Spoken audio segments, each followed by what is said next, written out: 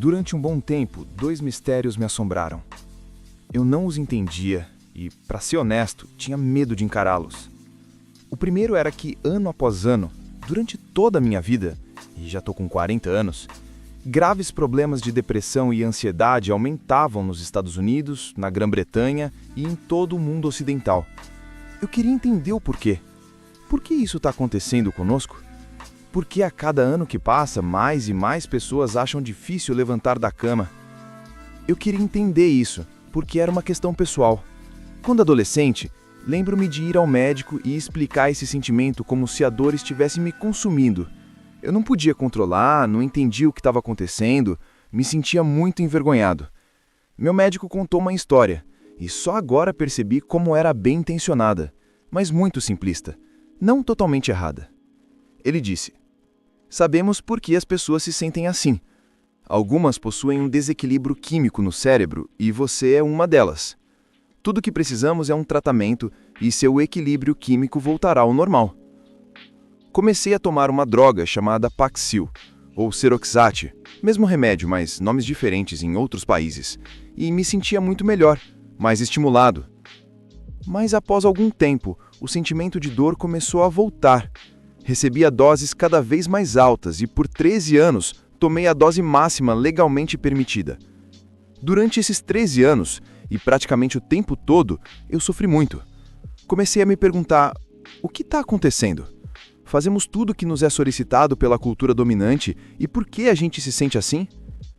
Para ir a fundo nesses dois mistérios, acabei numa grande jornada pelo mundo para um livro que escrevi, viajando mais de 64 mil quilômetros. Queria conversar com especialistas do mundo todo sobre as causas da depressão e ansiedade, e, principalmente, sobre a solução, e com pessoas que encontraram uma saída para o problema, das mais diversas formas. Aprendi muita coisa com pessoas incríveis que conheci ao longo do caminho. Acho que, no fundo, o que aprendi até agora é que temos evidências científicas de 9 causas diferentes da depressão e da ansiedade. 2 delas estão ligadas à nossa biologia. Seus genes podem torná-lo suscetível a esses problemas, embora não determinem seu destino. Existem mudanças cerebrais quando se está deprimido, o que dificulta a cura. Mas a maioria dos fatores causadores da depressão e ansiedade não estão na biologia, estão na maneira como vivemos. Depois que você os compreende, abre-se um leque de opções a todas as pessoas além dos antidepressivos. Por exemplo, se você está sozinho, é mais fácil se sentir deprimido. Se quando você vai trabalhar não tem controle sobre nada e faz apenas o que mandam, provavelmente se sentirá deprimido. Se raramente tem contato com a natureza, mais chance de se sentir deprimido. Descobri uma coisa que interliga muitas causas da depressão e ansiedade. Não todas elas, mas muitas delas. Todo mundo aqui sabe que temos necessidades físicas, certo? Óbvio. Precisamos comer, beber, de abrigo, de ar puro. Sem essas coisas, estaríamos com sérios problemas. Mas, ao mesmo tempo, todo ser humano tem necessidades psicológicas. Precisamos nos sentir aceitos.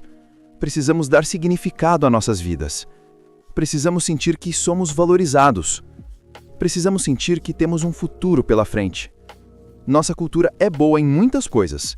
Muitas coisas estão melhorando, eu estou feliz de viver neste tempo. Mas estamos piorando no conhecimento de nossas necessidades psicológicas latentes. Não é a única coisa que está acontecendo, mas acho que a principal razão para que essa crise continue aumentando.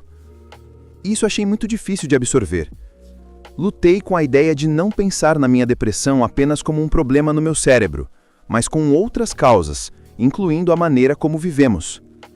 Isso começou a fazer sentido para mim quando entrevistei um psiquiatra sul-africano chamado Dr. Derek Summerfield, uma grande pessoa. Ele estava no Camboja em 2001 para apresentar antidepressivos químicos para as pessoas daquele país. Os médicos locais, cambojanos, nunca tinham ouvido falar dessas drogas, então estavam curiosos. E ele explicou. Eles responderam: "Não precisamos delas, nós já temos antidepressivos." E ele: "Como assim?" Ele pensou que falariam sobre algum tipo de remédio natural, como erva de São João, o ginkgo biloba ou algo assim. Em vez disso, eles contaram uma história. Havia um agricultor em sua comunidade que trabalhava nos campos de arroz. Um dia ele pisou numa mina de arame, resquício da guerra com os Estados Unidos, e sua perna foi arrancada. Ele ganhou uma perna mecânica e, após um tempo, voltou a trabalhar nos campos de arroz. Deve ser super difícil trabalhar na água com um membro artificial. Acho que foi bem traumático voltar ao mesmo campo em que ele perdeu a perna. O rapaz chorava o dia todo, recusava-se de sair da cama e desenvolveu todos os sintomas de depressão clássica.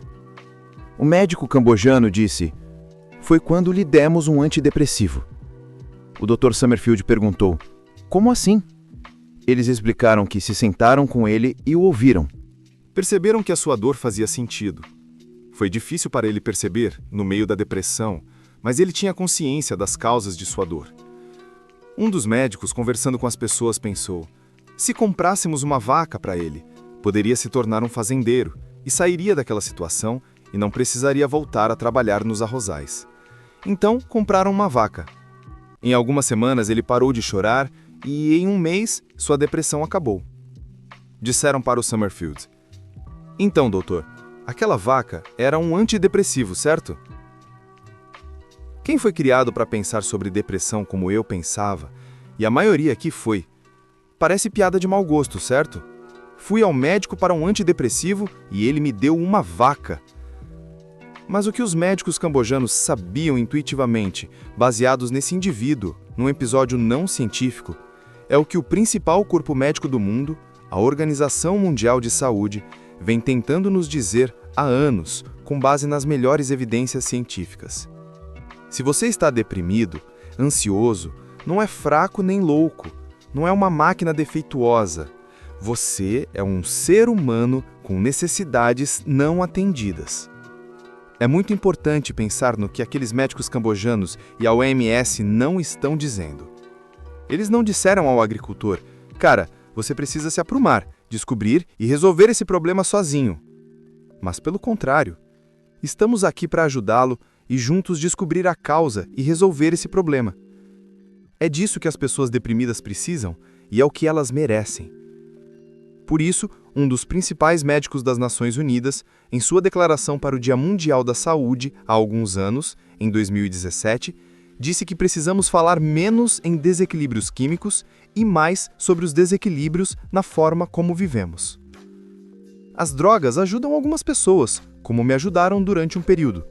Mas, justamente porque esse problema é muito mais complexo que nossa biologia, as soluções também precisam ser muito mais complexas. Quando compreendi isso, lembro de pensar: consigo ver as evidências científicas. Li um grande número de artigos, entrevistei muitos especialistas, mas continuava pensando: como resolver isso? As coisas que estão nos deprimindo são mais complexas do que aquilo que ocorreu com o agricultor cambojano. Com base nesse insight, por onde começar? Na longa jornada do meu livro, pelo mundo todo, conheci pessoas que estavam fazendo exatamente isso.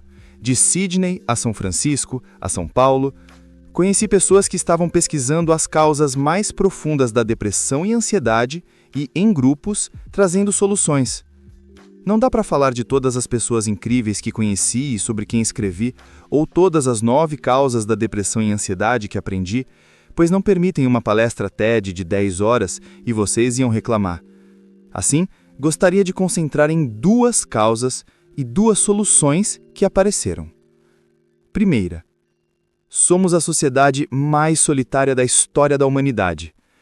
Recentemente, um estudo perguntou aos norte-americanos: você se sente próximo de alguém? E 39% das pessoas responderam: não tenho ninguém. Nas medições internacionais de solidão, a Grã-Bretanha e a Europa vêm logo atrás dos Estados Unidos, caso alguém se ache superior.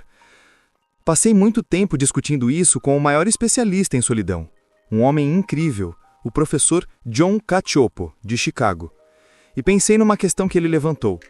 O professor perguntou: por que existimos? Por que estamos aqui vivos? Um dos principais motivos é que nossos ancestrais nas savanas da África eram muito bons em uma coisa.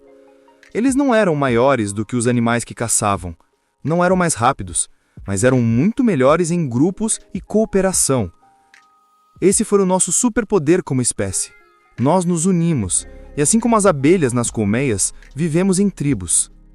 Somos os primeiros humanos a abandonar nossas tribos. Isso nos fez muito mal. Mas não precisa ser assim. Um dos heróis do meu livro e da minha vida é um médico chamado Sam Everington. Ele é clínico geral numa região pobre do leste de Londres, onde eu morei por muitos anos. Sam estava muito incomodado porque muitos pacientes apareciam muito deprimidos e ansiosos. Como eu, ele não se opõe ao uso de antidepressivos e acha que dão alívio a algumas pessoas. Ele observou duas coisas. Primeiro, os pacientes eram deprimidos e ansiosos, na maior parte do tempo. E uma das razões, bastante compreensível, era a solidão. Segundo, embora as drogas ajudassem algumas pessoas, para outras elas não resolviam o problema. O problema era mais profundo. Um dia, Sam decidiu fazer uma abordagem diferente. Uma mulher veio à clínica, Lisa Cunningham. Eu a conheci depois. Lisa vivia trancada em casa com depressão e ansiedade incapacitantes por 7 anos. Quando ela chegou à clínica, disseram-lhe: "Não se preocupe, continuaremos com as medicações, mas também prescreveremos mais uma coisa. Você deverá vir à clínica 2 vezes por semana, se reunir com um grupo de pessoas deprimidas e ansiosas. Não para falar do quão mal você está, mas para descobrir algo significativo para vocês fazerem juntos, para você não se sentir sozinha, achando que a vida é inútil." Na primeira vez que o grupo se reuniu, Lisa literalmente vomitou de ansiedade. Foi muito difícil para ela. As pessoas massajaram as costas dela, perguntando: "O que podemos fazer por você?" Eram pessoas do leste de Londres, como eu, e não sabiam nada de jardinagem. Por que não aprender jardinagem? Havia um matogal atrás dos consultórios. Por que não fazer um jardim? Eles começaram a pegar livros na biblioteca e assistir clipes no YouTube, e começaram a trabalhar na terra. Estudaram ciclos das estações. Há muitas evidências de que a exposição à natureza é um antidepressivo muito poderoso. Mas elas começaram a fazer algo ainda mais importante. Começaram a formar uma tribo, a formar um grupo, a se preocupar umas com as outras. Se um não aparecia, os outros o procuravam para saber qual tinha sido o problema. Nas palavras de Lisa, quando o jardim começou a florescer, nós começamos a florescer. Essa abordagem, chamada prescrição social, é conhecida por toda a Europa. Há pequenas, mas crescentes evidências sugerindo quedas significativas na depressão e ansiedade. Um dia, em pé no jardim cultivado por Lisa e seus amigos, um jardim muito bonito, comecei a pensar, inspirado pelo professor Hugh Mackay, da Austrália. Quando as pessoas estão mal em nossa cultura, o que dizemos a elas, tenho certeza, todos aqui já disseram, é: você só precisa ser você mesmo. Na verdade, deveríamos dizer: não seja você, não seja você mesmo. Seja nós, sejamos nós. Seja parte do grupo. A solução para esses problemas não está em usar seus próprios recursos como um indivíduo isolado. Isso, em parte, nos levou a esta crise. Mas se reconectar com algo maior que você. Isso está interligado com outras causas de depressão e ansiedade que gostaria de comentar. Como todos sabem, estamos comendo muita besteira e isso nos deixou fisicamente doentes. Não digo isso com superioridade, passei no McDonald's antes desta palestra. Vi todos vocês tomando um café da manhã saudável no TED. Assim como as besteiras nos deixaram fisicamente doentes, uma espécie de princípios inadequados assumiram nossas mentes, deixando-nos mentalmente doentes. Há milhares de anos, filósofos disseram: se achar que a vida é só dinheiro, status e ostentação, você vai se sentir um lixo. Não é uma citação exata de Schopenhauer, mas é a essência do que ele disse. Estranhamente, quase ninguém tinha investigado isso cientificamente até eu conhecer uma pessoa extraordinária, o professor Tim Kasser, que está no Knox College, em Illinois, e tem pesquisado esse assunto há cerca de 30 anos. Sua pesquisa sugere várias coisas muito importantes. Primeiro, quanto mais você acredita que consumir e ostentar afasta a tristeza e melhora a vida, maior a probabilidade de se tornar deprimido e ansioso. Segundo, como sociedade, nos tornamos muito mais susceptíveis a essas crenças. Durante toda a minha vida, fui dominado por propagandas, Instagram e tudo mais. Enquanto pensava sobre isso, percebi que fomos alimentados por uma espécie de KFC para a alma. Fomos treinados a procurar a felicidade nos lugares errados. E assim como as besteiras não suprem necessidades nutricionais e nos fazem sentir horríveis, valores fajutos não atendem nossas necessidades psicológicas, privando-nos de uma vida de qualidade. A primeira vez que passei tempo com o professor Kessler aprendendo tudo isso, senti uma mista estranha de emoções. Por um lado, achei isso desafiador. Pude ver quantas vezes, quando estava triste, tentei remediar a situação ostentando, buscando uma solução externa grandiosa. Claro que isso não funcionou muito bem. Também pensei, não é óbvio? Não é quase banal? Se eu disser a vocês que ninguém vai se deitar no leito de morte e pensar em todos os sapatos que comprou e os retweets que recebeu, mas sim nos momentos de amor, significado e conexão, vai parecer quase um clichê. Daí, perguntei ao professor Kessler, por que estou sentindo essa dubiedade? Ele disse, no fundo, todos sabemos essas coisas, mas nesta cultura não vivemos segundo elas. São tão conhecidas que viraram clichê, mas não vivemos segundo elas. Continuei perguntando a ele a razão de sabermos algo tão profundo e não vivermos de acordo. Depois de um tempo, o professor Kessler respondeu, porque moramos numa máquina projetada para negligenciar o que é importante na vida. Eu parei para pensar naquilo. Porque moramos numa máquina projetada para negligenciar o que é importante na vida. O professor Kessler queria descobrir se poderíamos sabotar essa máquina. Ele pesquisou muito. Vou dar um exemplo, e peço a todos para tentar isso com seus amigos e familiares. Junto com Nathan Dugan, ele estimulou adolescentes e adultos a se reunir numa série de sessões durante um período de tempo. Parte do objetivo do grupo era levar as pessoas a pensar sobre um momento em suas vidas em que encontraram significado e propósito. Para pessoas diferentes, coisas diferentes. Para alguns, era tocar um instrumento, escrever, ajudar alguém. Tenho certeza de que todos aqui podem pensar em algo, certo? Parte do objetivo era levar as pessoas a se perguntarem: como dedicar mais da nossa vida para buscar momentos e propósitos significativos e menos dela comprando bobagens de que não precisamos, postando nas mídias sociais apenas para os outros dizerem que inveja.